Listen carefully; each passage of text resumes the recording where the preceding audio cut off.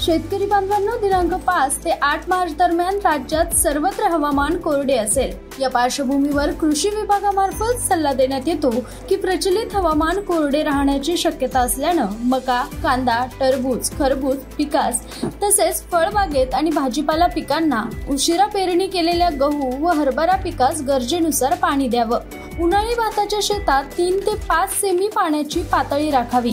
तसेच भात पीक फुटवे येण्याच्या अवस्थेत नत्र खताची दुसरी मात्रा 875 ग्राम युरिया प्रति गुंठा देण्यात यावी। भुईमूग पिकावरील सूक्ष्म अन्नद्रव्यांची कमतरता भरून काढण्यासाठी 0.5% लोह व 0.2% झिंक सल्फेट या मिश्रणाची पेरणीनंतर 30 दिवसांनी फवारणी करावी। कलिंगड पिकावर फळमाशीचा प्रादुर्भाव दिसून येत असल्यास नियंत्रणासाठी 5% निंबोळी अर्कची फवारणी करावी।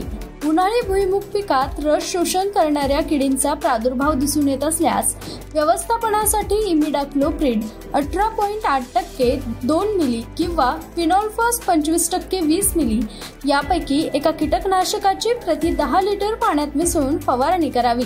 टोमॅटो पिकामध्ये करपा रोगाचा प्रादुर्भाव दिसून येत असल्यास नियंत्रणासाठी मॅनकोझेब 75 WP 25 ग्राम प्रति 10 लिटर पाण्यात मिसळून फवारणी करावी।